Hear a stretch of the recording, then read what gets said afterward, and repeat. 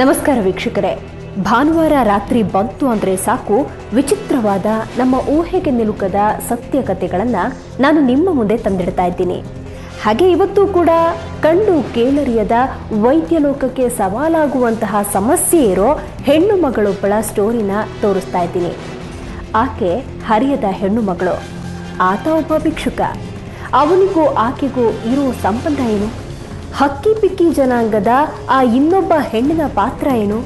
ಇವೆಲ್ಲದರಿಂದ ನಾಗರಾಜ್ಗಾಗ್ತಿರೋ problem ಏನು? ಆ ನಾಗರಾಜ್ ಯಾರು?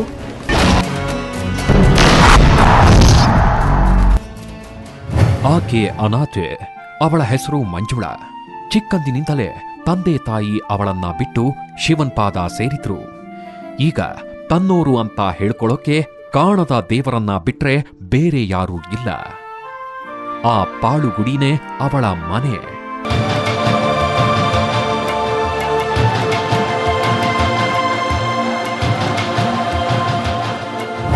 ನಾಗರಾಜ್ ಒಬ್ಬ ಸಭ್ಯಸ್ಥ ಯುವಕ.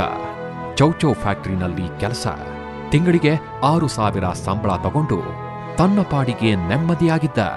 ಹೀಗೆ ದಿನವೂ ಸೈಕಲ್ ತುಳಿತಾ ಕೆಲಸಕ್ಕೆ ಹೋಗೋ ನಾಗರಾಜನ ಕಣ್ಣಿಗೆ ಒಮ್ಮೆ ಈ ಮಂಜುಳಾ ಬೀಳ್ತಾಳೆ.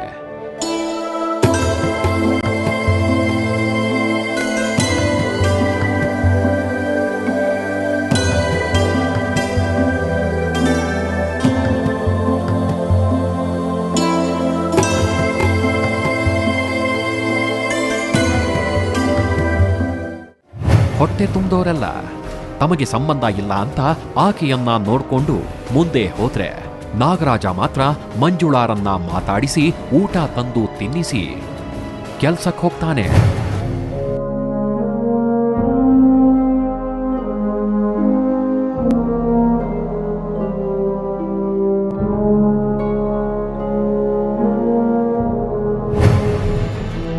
ಸಂಜೆ ಅದೇ ದಾರಿಲಿ ಬಂದಾಗ ಆಕೆಯ ಸುತ್ತ ಜನ ಸೇರಿ ಅವಳನ್ನ ಅಲ್ಲಿಂದ ಜಾಗ ಖಾಲಿ ಮಾಡಲು ಹೇಳಿದಾಗ ಅವರಿಗೆ ಅಡ್ಡ ಬರುವ ನಾಗರಾಜ ಅಲ್ಲಿದ್ದ ಕೆಲವರು ಅವನ ಬಗ್ಗೆ ಕೆಟ್ಟದಾಗಿ ಮಾತಾಡಿದ್ದು ಕಂಡು ಅಲ್ಲೇ ಇದ್ದ ಹರಿಶಣದ ಕೊಂಬೊಂದನ್ನ ತಗೊಂಡು ದೇವರ ಸಾಕ್ಷಿ ಸಮೇತ ಆಕೆಗೆ ತಾಳಿ ಕಟ್ಟಿ ಮನೆ ತುಂಬಿಸಿಕೊಂಡಿದ್ದ ಹೃದಯವಂತ.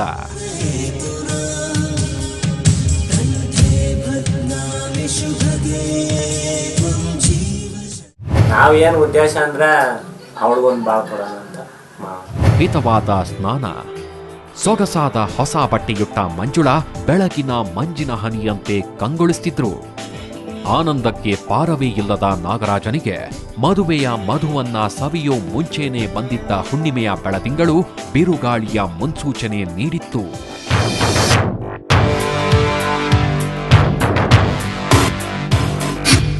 ಆ ಪೌರ್ಣಮಿಯ ರಾತ್ರಿ ಮನೆಗೆ ಬಂದ ನಾಗರಾಜ್ಗೆ ಮನೆಯಲ್ಲಿ ಹೆಂಡತಿ ಇಲ್ಲದ್ದು ಕಂಡು ಗಾಬರಿಯಾದ್ರು.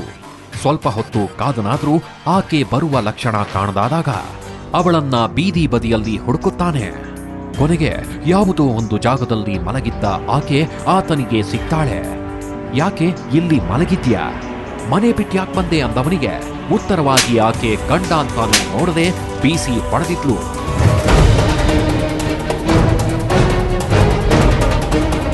ಮಧ್ಯರಾತ್ರಿಯಿಂದ ಮನೆ ಬಿಟ್ಟು ಹೊರಡೋಗ್ಬಿಡುತ್ತೆ. ಪೌರ್ಣಮಿಗೆ ಜಾಸ್ತಿ ಆಗ್ಬಿಡುತ್ತೆ. ಮಕ್ಕ ಎಲ್ಲ ಕೆಂಪಗಾಗ್ಬಿಡುತ್ತೆ. ಯಾಕಮ್ಮ, ಏನಾಗಿದೆ ನಿಂಗೆ?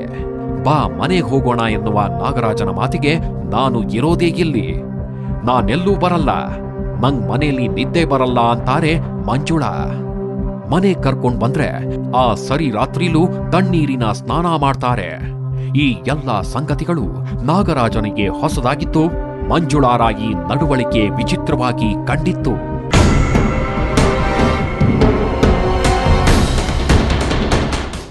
ಮಾಮೂಲಿ ತಣ್ಣೀರು ಹೊಯ್ಕೊಂತಾಳೆ, ಮಲ್ಕೊಂತಾಳೆ, ತಲೆ ಒರೆಸಲ್ಲ, ಏನು ಮಾಡಲ್ಲ, ಅಡುಗೆನೂ ಮಾಡಲ್ಲ. ಅವಳಿಗೆ ಯಾರನ್ನ ನಾವು ಗೊತ್ತೇ ಇರಲ್ಲ. ಅವಳು ಇಷ್ಟು ಗೊತ್ತೇ ಅವಳಿಗೆ. ಯಾವಾಗ್ಲೂ ತಲೆ ಸುತ್ತು ಎದೆ ನೋವು ತಡೆಯಕ್ಕಾಗಲ್ಲ ಎನ್ನುವ ಮಂಜುಳಾಗೆ ದಾಹ ವಿಪರೀತವಾಗಿತ್ತಂತೆ.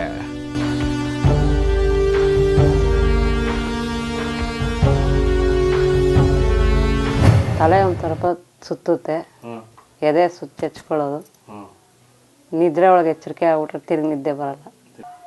ಬರ್ದಿದ್ದಾಗ ಏನೋ ಅಲ್ಲೇ ಹೋಗಿ ಬೇರೆ ಎಲ್ಲಾನು ಮಲ್ಕೊಳ್ಳೋಣ ಅನಿಸುತ್ತೆ. ನೀರು ದಾಹ ಆಗುತ್ತೆ. ನಾಗರಾಜ್ ಅಂತೂ ದಿಕ್ಕು ತೋಚದೆ ಶನಿವಾರ ಬಂತು ಅಂದ್ರೆ ಶನಿದೇವರು, ಮಂಗಳವಾರ ಬಂತು ಅಂದ್ರೆ ಕಾಟೇರಮ್ಮ, ಹೀಗೆ ದೇವಸ್ಥಾನಗಳಲ್ಲೆಲ್ಲ ಮಂಜುಳಾರನ್ನ ಕರ್ಕೊಂಡು ಹೋಗಿ ನಮಸ್ಕಾರ ಮಾಡಿಸಿ ಬಂದಿದ್ದ.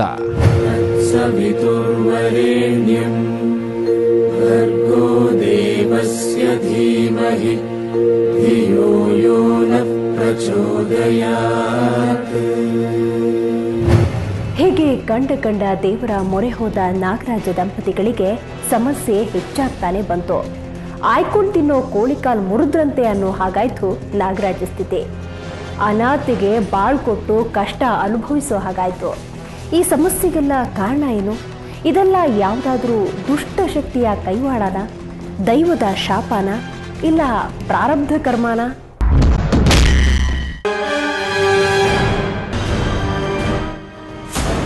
ಮಾಮೂಲಿ ಚಿಕ್ಕ ತಾಯಿ ತಿಂಗಳಾಗ ಇದ್ರೆ ತಗೊಂಡು ತಿನ್ಕೊಂಡು